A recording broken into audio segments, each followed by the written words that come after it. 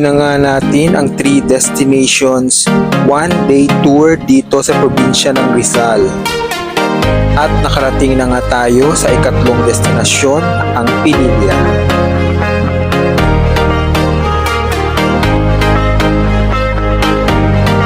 Ngayon nga ay pupuntahan natin ang Pililla Wind Farm.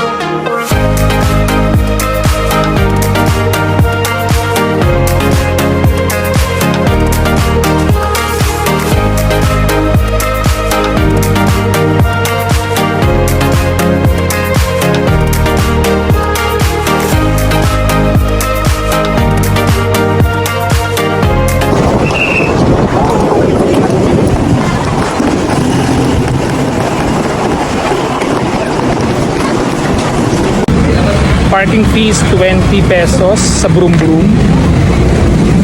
Sa car, di ko alam. Okay guys, nandito na kami sa ikatlong destination namin dito sa Rizal ngayong araw, June 25. Una, galing kami ng Antipolo sa Hinulugan Taktak. Pangalawa, galing kaming Tanay sa Daranac Falls.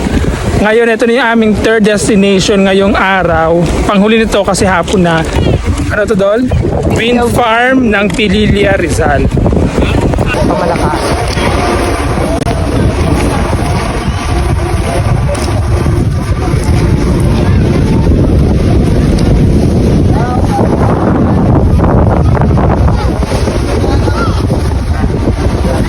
Meron pa doon, marami pa.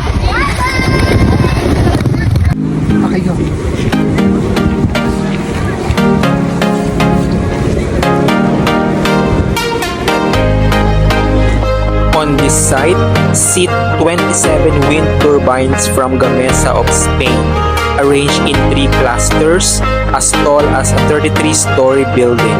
In total, these turbines produce 54 megawatts of wind power per year, providing electricity to approximately 66,000 households in Manila.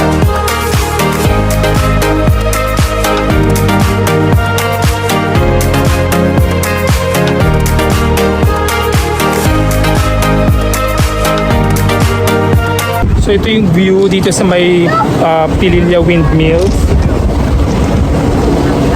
Parang lake siya sa Laguna.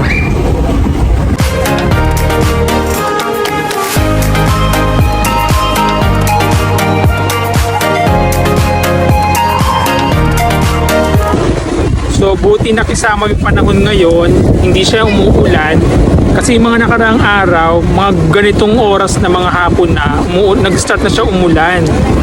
So ngayon nakisama siya, kaya nakatatlong destination kami ngayon dito sa Rizal Province. Galing kami kanina sa Antipolo, sa Hinulugan Taktak.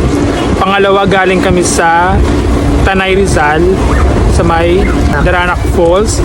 At ngayon dito sa Pililla, Rizal, ito yung Pililla Windmills o parang Pililla Windmill Farm.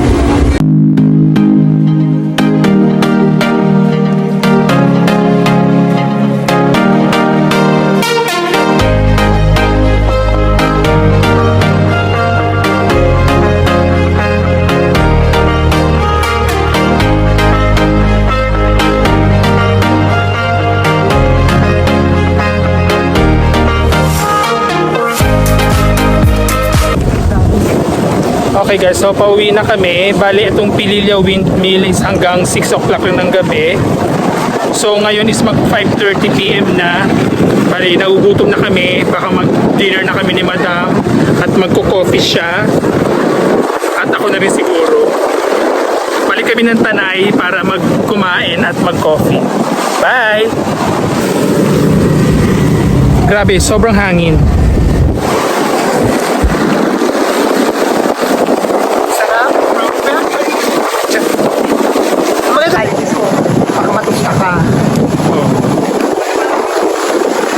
So may mga windmills din sa medyo malalayo. Salamat sa panonood. Kita-kits sa aking susunod na ganap.